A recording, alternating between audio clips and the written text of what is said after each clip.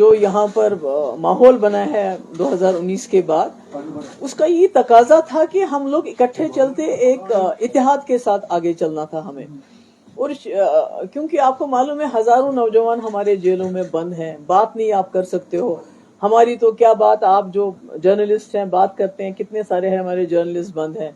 हमारे नौजवान बाहर की जेलों में इस वक्त खुदा ना खासा सड़ रहे हैं, मुसीबत में हैं। मुलाजिम क्या है, उसके घर वाले बात नहीं कर सकते हैं। हर हिसाब से देखिए कि एक बहुत ही ज्यादती का माहौल चल रहा है। तो इस माहौल में हमारा इकट्ठे चलना बहुत जरूरी था। और यही वजह थी कि मैंने बॉम्बे में जब इंडिया अलायंस की मीटिंग हुई, तो मैंने वहां जब जम्मू कश्मीर की बात चली तो मैंने कहा वहां पर कि फारूक साहब हमारे सबसे सीनियर लीडर हैं, जम्मू कश्मीर के हवाले से ये फैसला करेंगे।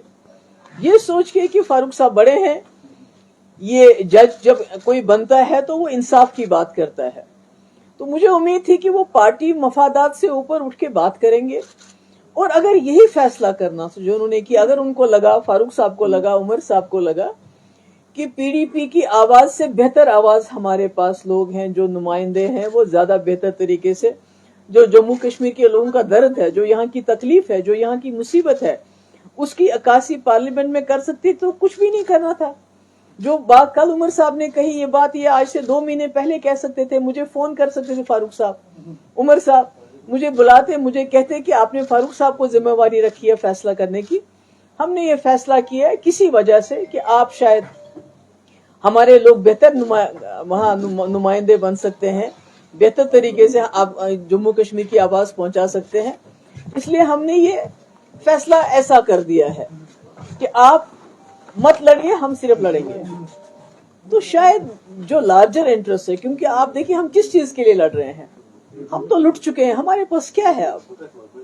तो अब हम पार्लियामेंट की सीटों के लिए आपस में एक दूसरे के कपड़े फाड़े। तो अगर फारूक साहब ने या उमर साहब ने बुला के ये कहा होता कि आपने चूंकि फारूक साहब के ऊपर जिम्मेवारी हुई है, हमें लगता है कि आप लोग शायद अच्छी तरह हमारी मुश्किलात की अक्कासी नहीं कर सकते हो, हमारे लोग बेहतर हैं, या हमारे पार्टी वर्कर नहीं मान रहे, वट जो भी उनको मतलब फैसला जिस वजह से किया। तो हम सोचते लार्जर इंटरेस्ट में ऐसा ही होना चाहिए। चलिए हम पार्लियामेंट में नहीं पहुंचेंगे, ये अगर पार्लियामेंट में पहुंच के बेहतर कारकर्दगी कर सकते हैं तो ठीक है। मगर आपने देखा जिस तरह से उमर साहब ने बाहर आके हमारे साथ बात किए बगैर, हमको एतमाद में लिए बगैर, जिस तरह उन्हें, और फैसला भी आप सब ने देखा कैसे सुनाया कि पीडीपी का वजूद ही नहीं है, पीडीपी सिचुएशन में नहीं है, मैं वो मुफ्ती चौथे नंबर पे आई।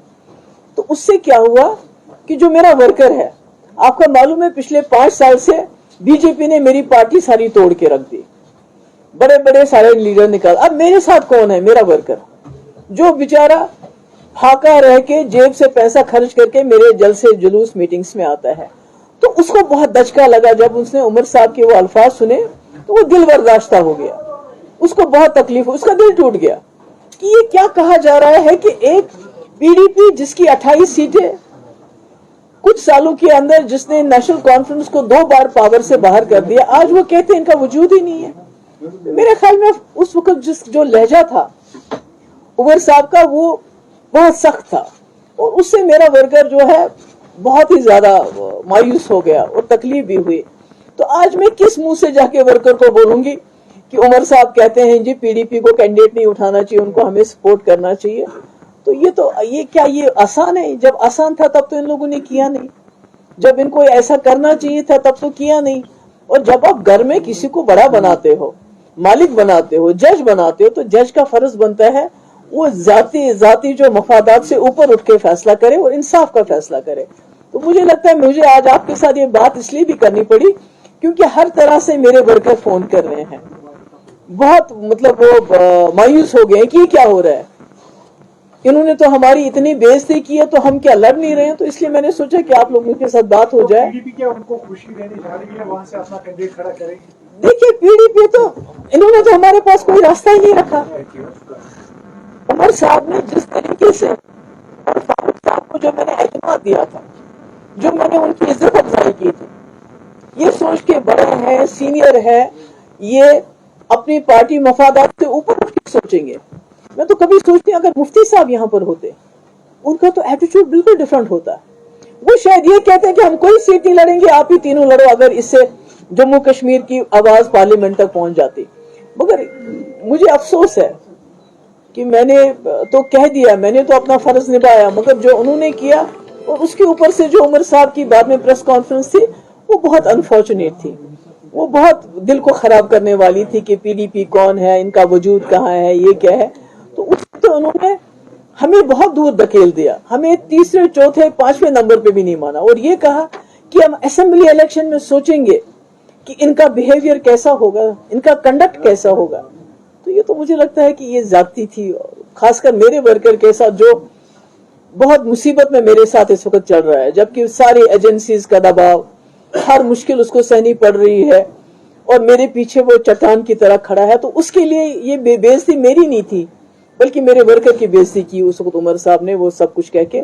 تو اس لیے یہ اب مجھے بتائیے کون سا راستہ میرے پاس ہے, میں کس طرح اپنے ورکر کو کہوں آج آپ جی پیچھے رہو, کیونکہ نیشنل کانفرنس چاہتی ہے کہ بھائی ہم ان کو سپورٹ کریں, اور ہم ہیں کون, ہماری سپورٹ سے کیا ہوگا. عمر صاحب تو ہمیں کسی گنتی میں ہی نہیں مانتے, وہ تو کہتے ہیں آپ کہیں بھی ہو ہی نہیں, تو ہم کس گنتی میں پی ڈی پی والے. تو ہم اپنے حساب سے, اپنی مفلسی کے حساب سے, اپنی غریبی کے حساب سے اپنے کینڈیڈیٹ کھڑا کریں گے, اور لوگوں پہ چھوڑیں گے لوگ کیا فیصلہ کرتے ہیں, لوگ کس آواز کو پارلیمنٹ میں پہنچانا چاہتے ہیں آج اس سچویشن میں. Thank you. آزاد بھی ہوتے ہیں, اس نے بولا کہ ہمیں کسی کے ساتھ کمپٹیشن نہیں ہے, ہمارا مقصد یہ ہے کہ اسٹیٹ ہوڈ واپس آئیے. چلیے ہم کیا کہہ سکتے ہیں, آزاد صاحب نے کہا ہوگا, میں اس پہ کیا کہوں. آزاد ہیں وہ. تو میم کیا ابھی تک کینڈیڈیٹس کا کوئی خاکہ آپ کے سامنے آئے ہیں, کون کون سے, جیسے کہ نہیں ابھی تو آپ کو, میں تو نہیں ہوں, میں تو پارلیمنٹری بورڈ کی چیئر پرسن نہیں ہوں, اس لیے میرا وہ اعلان کرنا صحیح نہیں رہے گا. تو میرے خیال میں 1-2 دن میں آپ کو اناؤنسمنٹ. لیکن یہ صاف ہو رہا ہے کہ پی ڈی پی سبھی سیٹوں پر چناؤ, نہیں میرا مطلب کوئی راستہ چھوڑا